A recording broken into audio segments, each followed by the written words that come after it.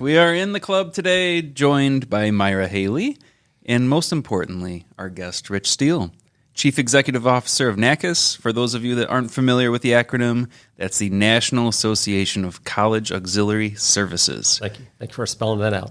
You're welcome, Rich. Thanks for joining us today in the club. We're excited to dive a little bit into what it means to be a leader in higher ed and what it means to be a leader across auxiliary services. It's a function that wears a lot of hats. True. Yeah, it's great to be here. Thank you so much for the invitation. You're welcome, Rich. So, Rich, for our listeners that may not be as familiar, when you think about your journey, how you first became involved in collegiate auxiliary services, what does that look like, and what's kept you passionate about being a professional in this field for 3 decades now? Yeah, so I completely fell into a role in higher education, never expected or planned to work in higher ed, and wound up making a career of it, mainly because someone who was in the student center kind of kicked me in the tail one day and said, "Hey, Rich, you ought to apply for this job." And it was a job in student activities. And so that was my background. I was a student leader in student activities and found out to be an incredible opportunity to serve the campus, presenting entertainment, kind of the fun side of life.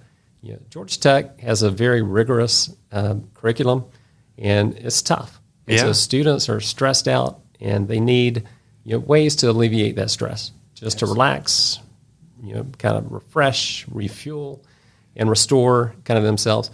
And so I found that was going to be a lot more interesting to do than chemical engineering, which was my degree. Sure. People often challenge me. It's like, how'd you get into this, as a chemical engineer? Well, chemies solve problems and solve challenging problems. Right. And certainly higher education has had its share of challenging problems to solve and evolutions to navigate. And certainly are in a pretty significant era now of trying to evolve higher education into something new for the future that's going to meet the needs of students, parents, and also kind of the general public, if you will. Yeah. I would imagine that passion of trying to find solutions and think through things that's part of that engineering background has kept it refreshing, too. When you think about through the years, there's always a rising challenge that comes up in higher ed, and what the flavor of the day is, if you will, even looking at the different functions across auxiliary services, which for our listeners could be dining, think about all the retail operations, hospitality, parking, all these different functions that are a responsibility that fall under you. That you're always going to be looking for ways to solve a problem. Oh, absolutely. So, there's a lot that happens in auxiliary services that I could never do. I used to talk to our mail services team. They would process 26,000 pieces of mail would come in the door every That's a day. lot. and you think that, okay, you have to handle every single piece of mail multiple times. Yeah. And the goal was to get it sorted as quickly as possible, delivered to the desk that it needed to go to and to the right person within that same day.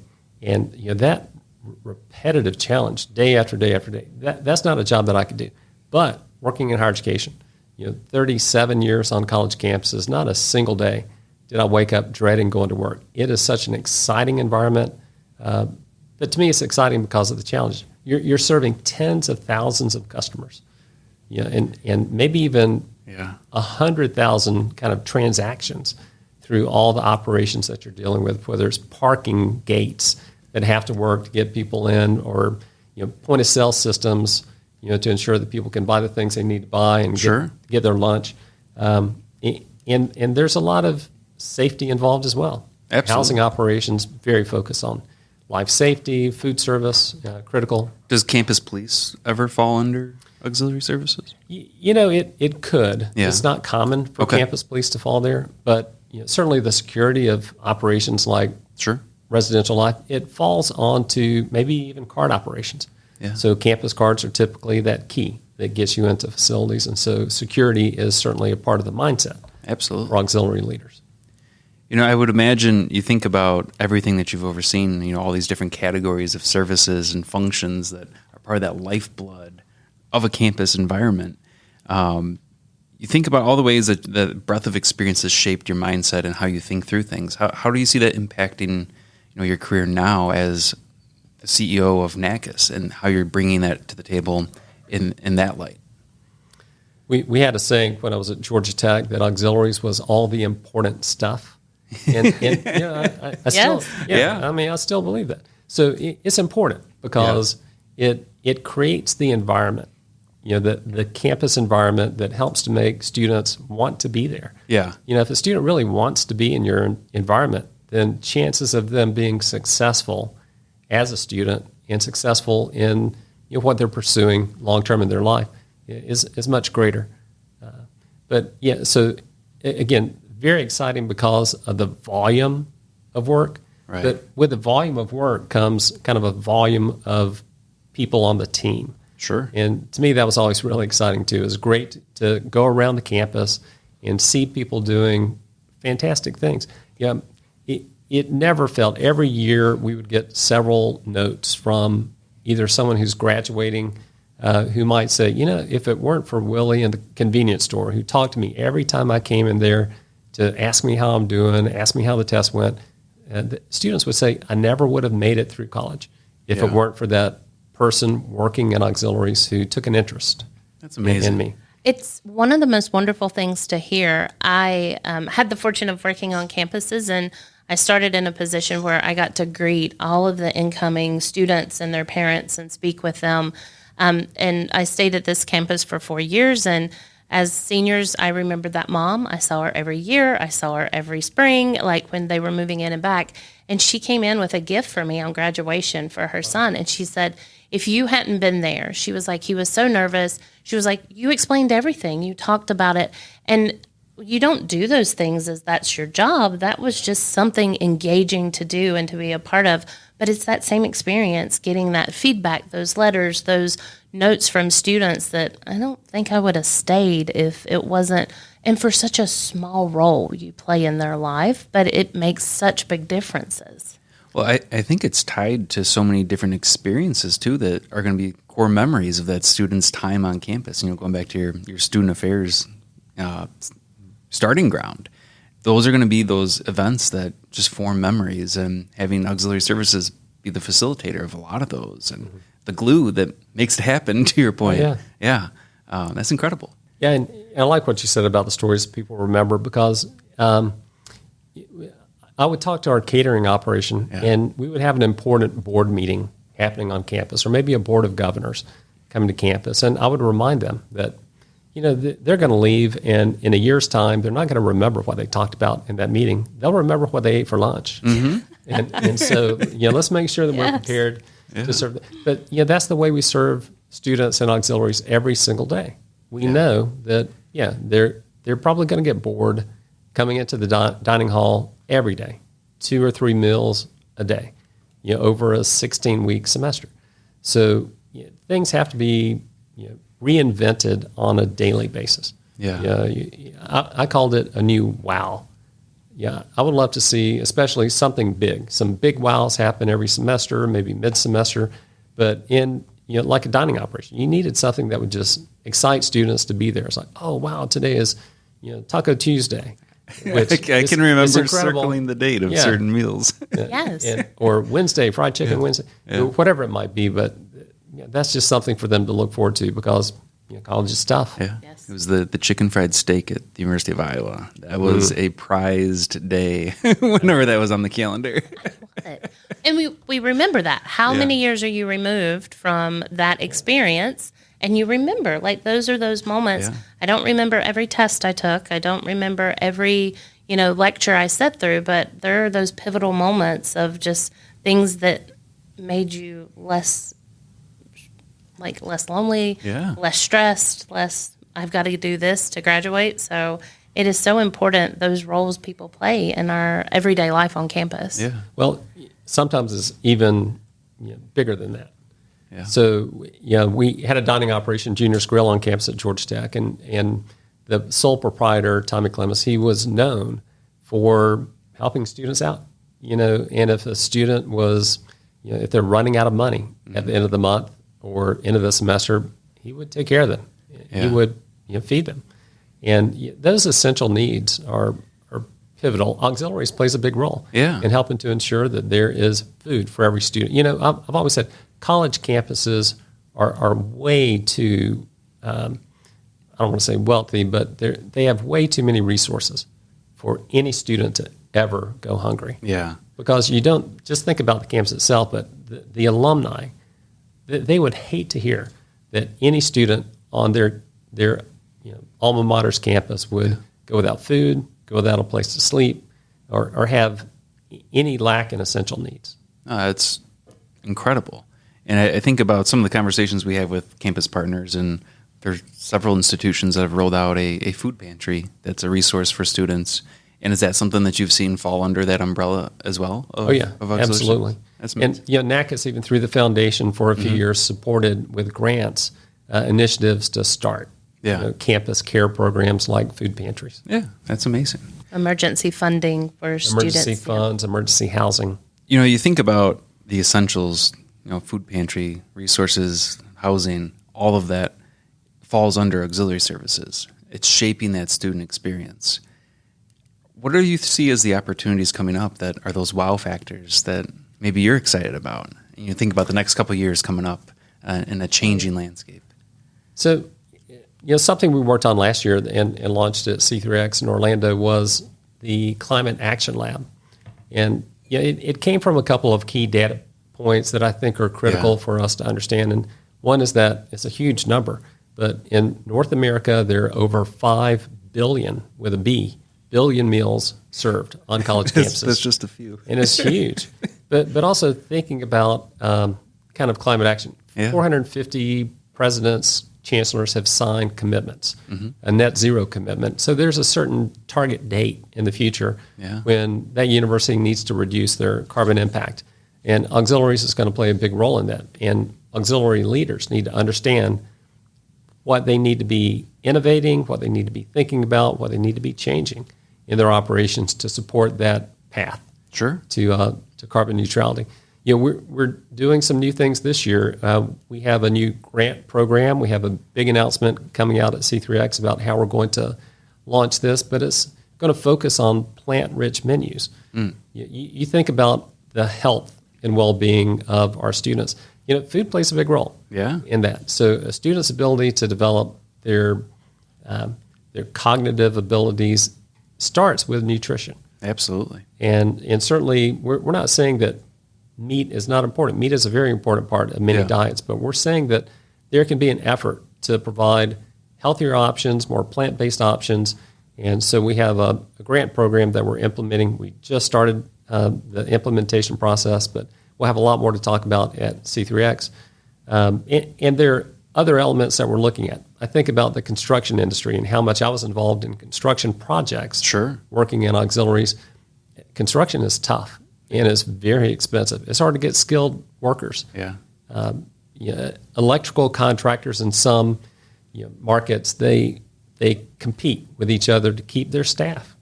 And that skilled labor will jump from one company to another if they're being told, for example, hey, we're working 3 shifts on this project. Well, that skilled labor will just jump from that project and go to another company and have a new job the next day.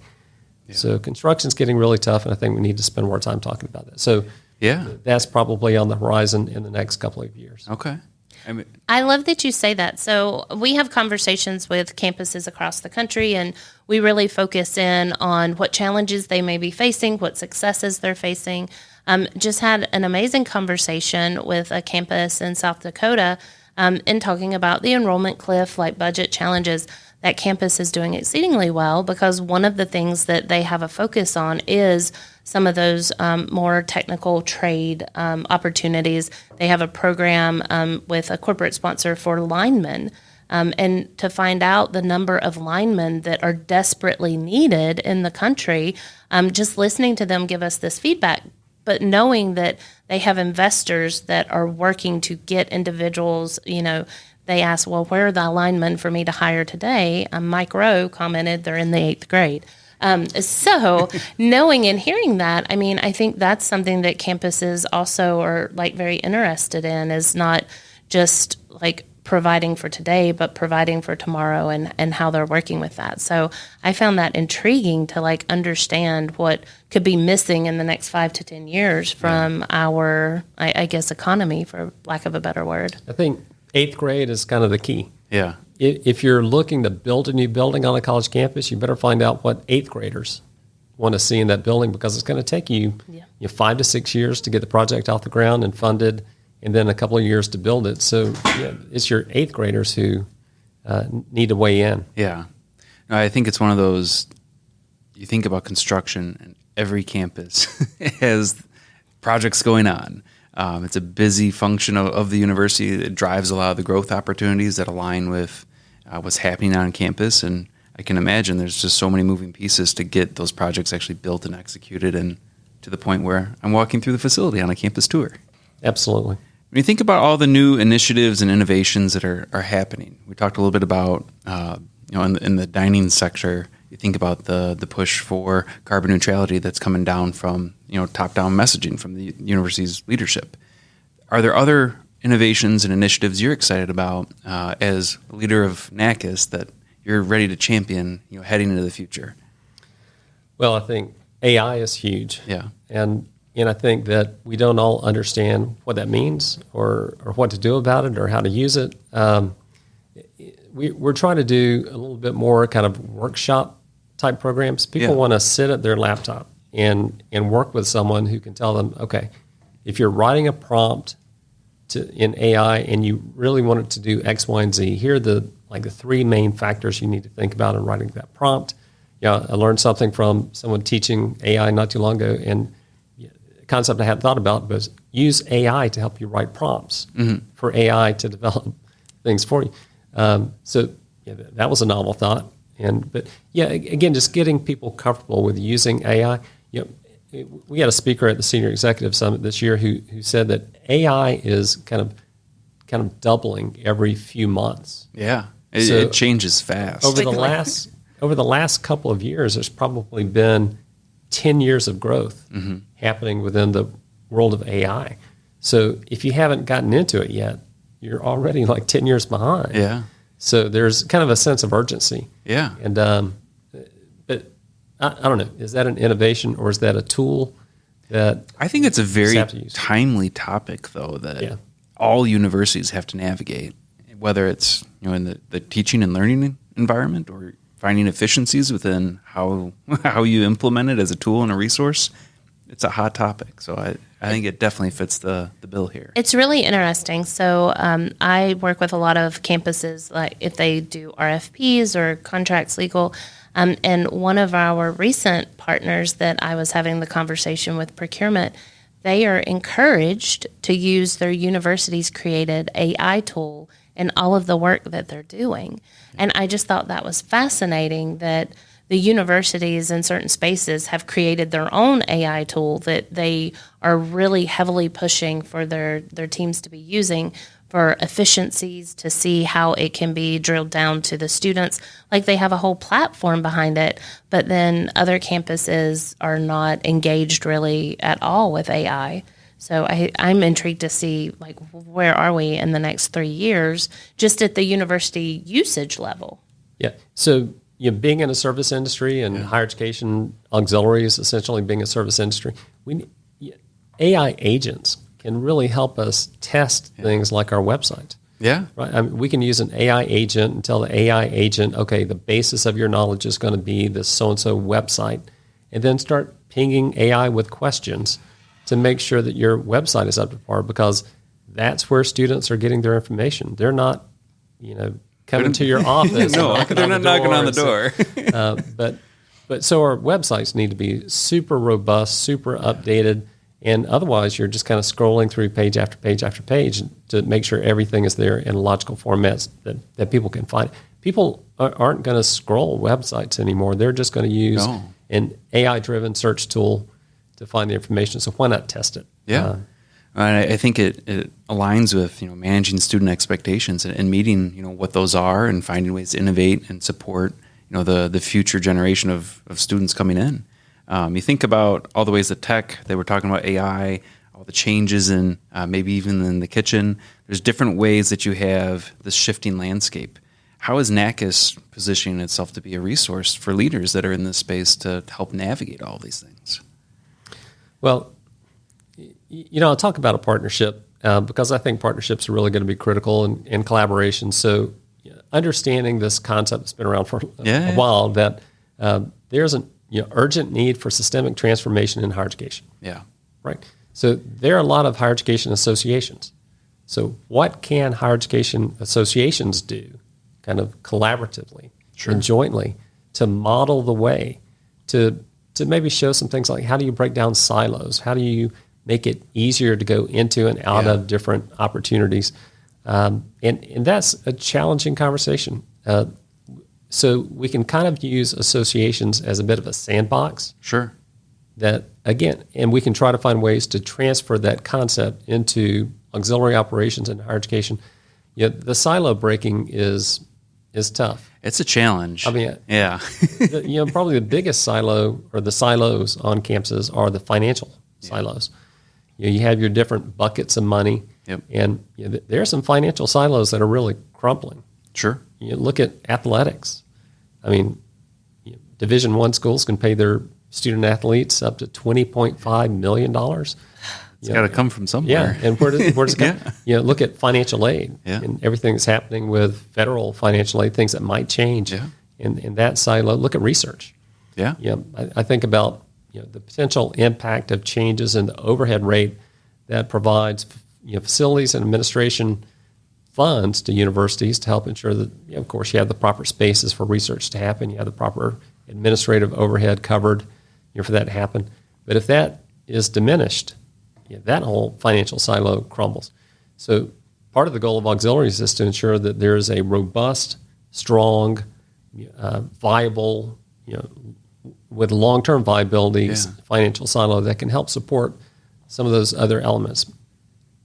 And at the same time, auxiliaries have to ensure that they have enough reserves long-term to repair parking decks. You don't want a parking deck falling on your campus.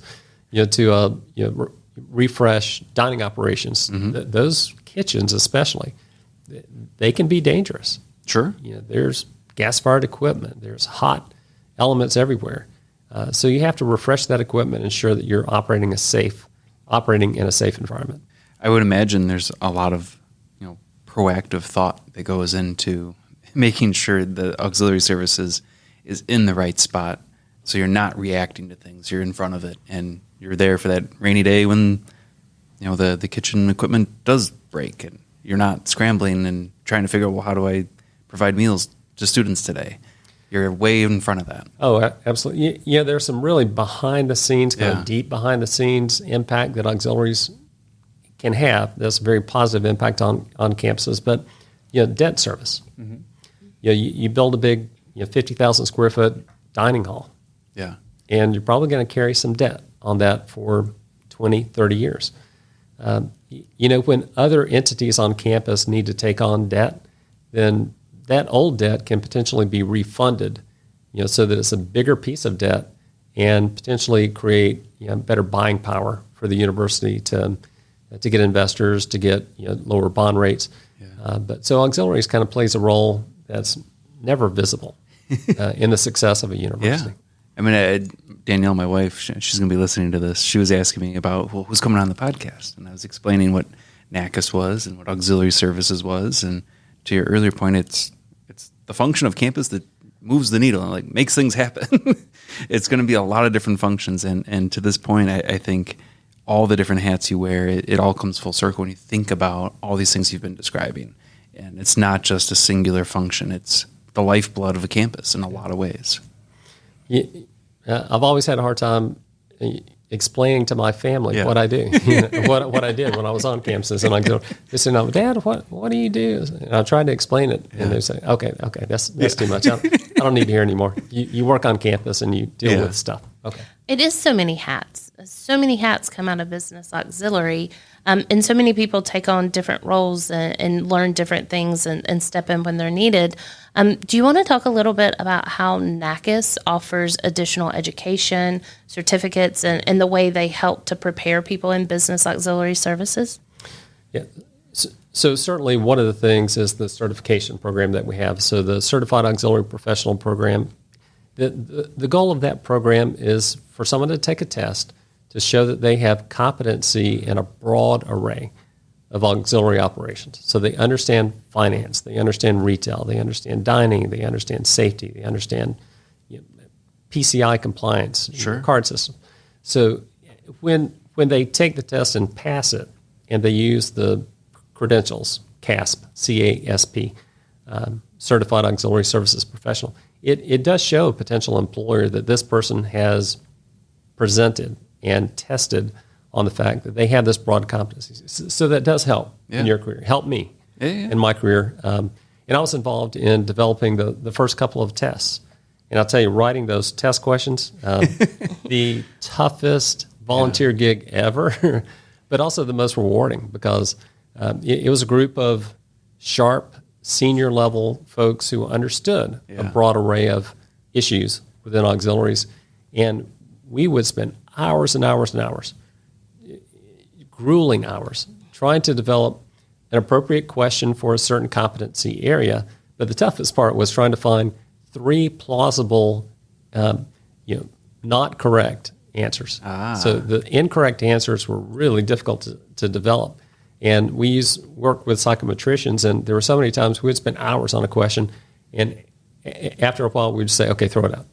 We can't fix this. We can't find 3 plausible answers. But no, we do have some significant, kind of very unique educational opportunities. So Senior Executive Summit is one, and I mentioned that earlier, but so that is a time, it's almost like a think tank environment. So we'll have a presenter talk about a topic. We had a presenter on AI this year. So very, very intriguing conversation, but then it's the follow-up. It's the follow-up hour where we talk about kind of related issues or just what people are doing about it so you can learn from each other. But very, very focused, deep thinking. And I think that's important, especially for senior leaders and auxiliaries, to spend a lot of time in deep thought about what do these issues mean, what do these trends mean, how's it going to impact your operations, what do you need to be planning for into the future. Women in Higher Education Leadership is coming up in September. Thank you for Myra being there and Club Colors being there. And so I was there last year. You think, okay, I was invited, so it was okay for me to be there. But no, actually, anyone's invited to Women in Higher Education Leadership. But I heard people say, and they were emotional about this. They were just saying, this is great. I've never been given the opportunity to spend this kind of quality time with other women leaders in higher education about the issues that we face. And they can be very, very different than for men. Sure.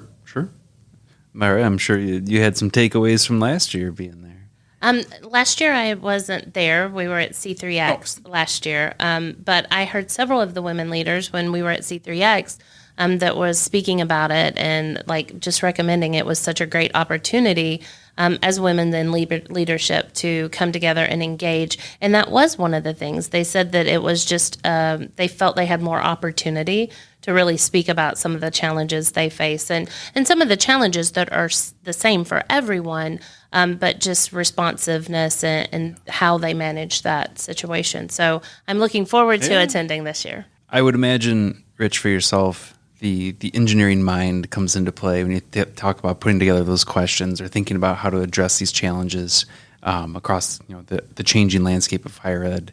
So I think that's an important mindset to have. You think about all those ways you're going to think through the problems and find the solutions. It's got to bleed into your approach to leading NACAS. Yeah. The changing landscape is pretty obvious in higher education.